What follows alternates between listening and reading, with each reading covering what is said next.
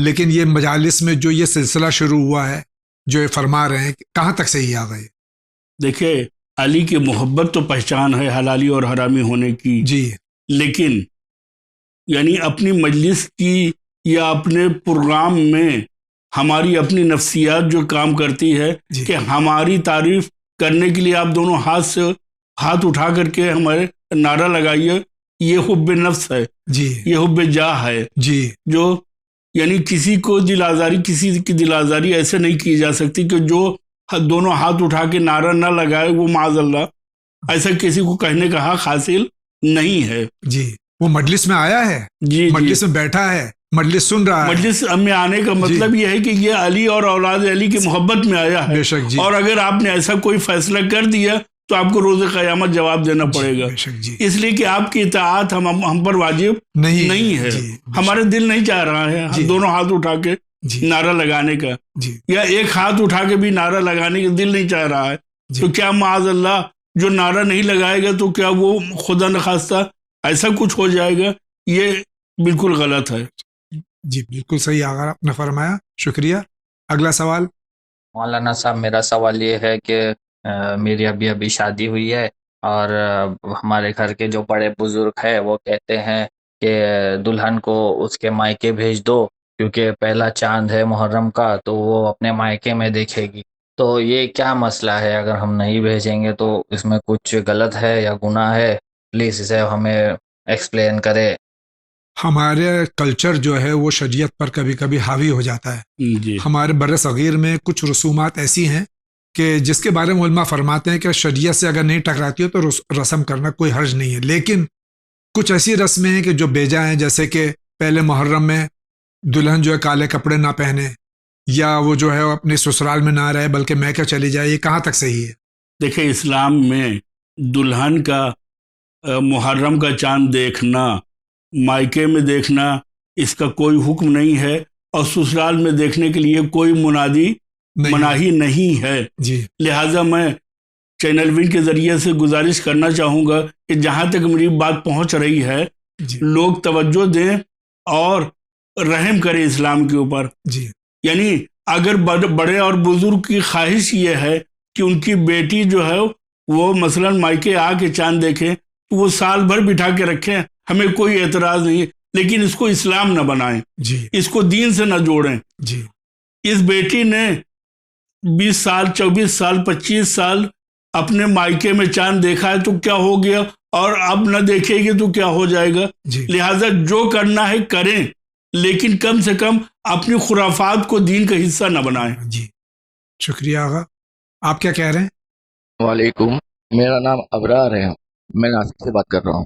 میرا 9 سال کا بیٹا ہے جو جلد بازی کے اندر کئی بار بنا وضو کی نماز پڑھنے چلے جاتا ہے. میں جاننا ہی چاہ رہا تھا کیا اس چیز کا کوئی گناہ ہے اور یہ ہم ماں باپ کی سر ہوگا؟ ابھی بچہ بالغ نہیں ہے، بیٹا ہے، جی، جی. لڑکا ہے، بالغ 9 سال کا ہے، ایسی حرکت کرتا تو کیا ماں باپ گناہ گار ہیں یا وہ گناہ گار؟ نہیں، ماں باپ کو توجہ دینی چاہیے کہ بچہ اگر نماز پڑھنے جا رہا ہے تو وضو کر کے پراپر طریقے سے جائے. جی، لیکن اگر وہ پھر بھی بھول کر کے وضو کیے بغیر چلا جاتا ہے تو اس کی نماز نہیں ہوگی، لیکن اس کا کوئی گناہ نہیں ہے. جی، خالی نماز نہیں ہوگی اس کی. شکریہ آغا. اگلا سوال. مولانا صاحب السلام علیکم. مولانا صاحب میرا نام رضا ہے، میں ممبئی سے بول رہا ہوں. مولانا صاحب میرا سوال ہے کہ جیسے گھر کے سامنے مسجد ہے اور مسجد میں نماز جماعت سے ہو رہی ہے اور میں گھر میں فرادہ نماز پڑھ رہا ہوں، تو اس میں کیا کہتے ہیں، کیا نماز کا ثواب صرف ہم کو کم ملے گا یا ایسا کچھ گناہ ہوتا ہے؟ وضاحت کر دیجیے. السلام علیکم. گھر کے بالکل قریب میں مسجد ہے، بغیر عذر شرعی کے جماعت چھوڑ کے گھر میں نماز پڑھنا کیسا ہے؟ دیکھیں عام حالات میں بھی مسجد میں جا کر کے نماز پڑھنا جو ہے بہت زیادہ اجر کا باعث بنتا ہے. جی، لیکن انہوں نے جیسے کہ کہا کہ سامنے مسجد ہے، اس کا مطلب یہ ہے کہ یہ مسجد کے پڑوسی ہیں. جی، پیغمبر کی حدیث ہے لا صلاۃ لجار المسجد الا فی المسجد، یعنی پڑوسی کی نماز جو ہے، مسجد کے پڑوسی کی نماز مسجد ہی میں صحیح ہوگی اور کہیں صحیح نہیں ہوگی. لہٰذا کم سے کم اس سے یہ بات نکل کے آتی ہے کہ نماز کامل جو ہے وہ مسجد میں ہوگی اور اگر جماعت ہو رہی ہے تب تو ان کو جماعت ہی سے پڑھنا چاہیے. شکریہ آغا. اگلا سوال. السلام علیکم مولانا صاحب، ہمارا ایک سوال کا جواب نہیں ملا. سوال یہ تھا کہ عالم اپنی زوجہ کے ساتھ مسجد میں رہ سکتا ہے اور سارے حقوق کو انجام دے سکتا ہے. پلیز ضرور بتائیے کیا نماز صحیح ہے یا غلط ہے؟ کیا مسجد میں امام جمعہ زوجہ کے ساتھ رہ سکتے ہیں؟ شکریہ، خدا حافظ. اکثر مساجد میں ائمہ مساجد جو ہوتے ہیں، نماز جو ہوتے ہیں، وہ ان کے لیے ایک الگ کمرہ مہیا کیا جاتا ہے مساجد میں. وہ اپنی فیملی کے ساتھ میں رہتے ہیں. ان کا سوال یہ کہ یہ جائز ہے؟ نہیں، مسجد کے کمرے میں رہتے ہیں وہ ایک الگ مسئلہ ہے جی. لیکن مسجد میں نہ امام جمعہ رہ سکتا ہے اپنی بیوی کے ساتھ اور نہ امام جماعت رہ سکتا ہے. جی. لیکن اگر مسجد کا کوئی کمرہ ہے جو مسجد سے تعلق رکھتا ہے، جی. جو مسجد نہیں ہے، جی. تو اس میں رہنے میں کوئی حرج نہیں ہے. جی. لیکن مسجد میں سوائے نبی کریم اور مولا کائنات کے اس چیز کی کسی کو اجازت نہیں تھی. بہت بہت شکریہ. اگلا سوال. السلام علیکم. ساس سسر کی خدمت کرنا کیا بہو کو ضروری ہے یا نہیں؟ خدا حافظ. ساس سسر کی خدمت کرنا کیا بہو پر واجب ہے؟ مذہب محبت میں واجب ہے. جی.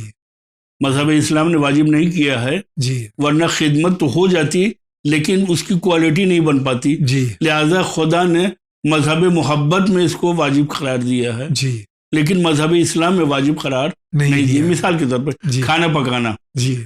تو اگر وہ کھانا پکانا واجب ہوتا تو کھانا جو ہے وہ اچھا بھی پکتا ہے اور خراب بھی پکتا ہے. جی. تو اگر بہو کے اوپر واجب ہوتا تو وہ پکا کے نمک زیادہ ڈال کر کے دے دیتی، لوگ کھاؤ. جی. واجب ہے نا، جی. ہم نے پکا دیا. جی. لیکن اگر محبت کے ساتھ دیکھا جائے کہ جن ماں باپ نے تمہیں شوہر جیسا یعنی ایک رفیق حیات دیا ہے جی. اور اپنے جگر کے ٹکڑے کو تمہارے حوالے کر دیا ہے، تو محبت کا تقاضا یہ ہے کہ اگر وہ یعنی ساس سسر نہ بھی ہوں، اگر پڑوسی بھی ہو اور ان کو ضرورت ہو خدمت کی، تو ہم کو یہ چاہیے کہ ہم ان کی خدمت کریں اور خدا سے ثواب حاصل کریں. جی. تو مذہب اسلام نے تو واجب نہیں کیا لیکن مذہب محبت نے واجب کیا. یہ آپ نے بہت اچھا لفظ استعمال کیا، مذہب محبت. جی. بہت بہت شکریہ آغا آپ کا. اگلا سوال لیتے ہیں. السلام علیکم، میرا نام سمینا شیخ ہے، میں گوا سے بول رہی ہوں. مجھے قرآن کی کوئی آیت یا دعا بتائیے جس سے ہر بیماری سے شفا ملے. شکریہ. قرآن کی کوئی آیت یا دعا چاہتی ہیں بیماری سے شفا کے لیے؟ سورہ حمد سے بہتر کوئی چیز بے شک بیماری کی شفا کے لیے نہیں ہے. جی. 7 مرتبہ پڑھے. جی. اور بارش ہو رہی ہے الحمدللہ، جی. بارش کے پانی کے اوپر پڑھ کر کے دم کرے اور مریض کے اوپر چھڑکے. جی. اور اگر 7 مرتبہ میں صحیح نہ ہو تو پھر 70 مرتبہ پڑھے. ناظرین کرام، اسی کے ساتھ جا رہے ہیں بہت ہی مختصر سے بریک پہ، لیکن اس سے پہلے کہ بریک پہ ہم جائیں، بہت ہی اہم پیغام ہے کہ یہ سن ہجری 1444 کا آخری ایپیسوڈ ہے. اس کے بعد ماہ محرم الحرام شروع ہو جائے گا، ایام اضحیٰ ہیں. 2 ایپیسوڈ نہیں ہوں گے، یعنی عشرہ محرم پہلے عشرے میں 2 ایپیسوڈ، 2 جمعہ یہ ایپیسوڈ نہیں ہوگا. لیکن میں آغا سے التماس کروں گا کہ چونکہ ماہ محرم الحرام ایام اضحیٰ غم سید الشہداء امام حسین علیہ السلام میں ہم داخل ہونا چاہ رہے ہیں، تو میں آغا سے چاہوں گا کہ کچھ پیغام خاص طور سے نوجوانوں کے نام. آغا بسم اللہ. دیکھیے، سب سے اہم چیز یہ ہے کہ امام حسین علیہ السلام نے جو قربانی پیش کی ہے اس کی وجہ کیا ہے. جی. لہٰذا ہم اس قربانی کے مقصد کو مد نظر رکھیں. جی. اس لیے کہ جیسے ہمیں اپنی عورتوں کی عزت اور ان کی جلالت کی قدر و قیمت کا اندازہ ہے، امام مظلوم تو بہرحال معصوم تھے اور انہوں نے اپنی جس کو کہتے ہیں کہ غیرت اور حمیت کو کس حد تک پہنچایا ہوا تھا اس کا اندازہ نہیں لگایا جا سکتا. لیکن اسلام کی عزت اور اسلام کے تحفظ کے لیے انہوں نے بے ردائی کو بھی برداشت کیا ہے. جی. لہٰذا اس کو کوئی آسانی سے برداشت نہیں کر سکتا. اپنے جوان بیٹے کی میت کو اٹھانا، اپنے 6 مہینے کے بچے کو اپنے ہاتھوں میں تڑپتا ہوا دیکھنا، یہ کیوں ہے؟ یہ اس لیے کہ دین اسلام کی عزت اور اس کے افعال اور اس کے اعمال جو ہیں وہ مسخ نہ ہونے پائے. لہٰذا میری گزارش یہ ہے کہ صحیح عزاداری اس وقت ہماری ہوگی جب ہم احکام اسلامی پہ عمل کریں گے اور ہم سے کوئی ایسا فعل سرزد نہیں ہوگا جو اسلام کے منافی ہو. لہٰذا ہم اسلام پہ عمل کر کے سرکار سید الشہداء کو پرسہ پیش کریں. اس لیے کہ اگر ہم اسلام پہ عمل نہیں کریں گے تو کل صدیقہ طاہرہ روز محشر ہمارا دامن پکڑیں گی کہ جس مقصد کے لیے ہمارے بیٹے نے اپنا پورا گھرانہ قربان کر دیا تم نے اس کو کیوں نظر انداز کر دیا. لہٰذا ہم اپنے اوپر رحم کریں اور اسلام کے اوپر عمل کر کے واجبات پہ عمل کر کے اور محرمات سے پرہیز کر کے ہم یہ بتائیں کہ ہم یزید والے نہیں ہیں بلکہ حسین والے ہیں. اسی کے ساتھ میں پیغام کہ آپ تمام خواتین و حضرات سے التماس ہے کہ زیادہ سے زیادہ مجالس میں شرکت کریں اور سید عالمیان کو پرسہ دیں، جلوس اعضاء میں شرکت کریں اور ملک کے امن و امان کو برقرار رکھتے ہوئے قانون کی پاسداری کرتے ہوئے یہ دنیا کو بتائیں کہ ہم حسینی ہیں، جیسے کہ آقا نے فرمایا ہم یزیدی نہیں ہیں. ہم جا رہے ہیں بریک پہ، زبان سے نہیں بلکہ ہم اپنے عمل سے ظاہر کریں کہ ہم حسینی ہیں. جی بہت بہت شکریہ آقا. ابھی حاضر ہوتے ہیں تھوڑی دیر میں.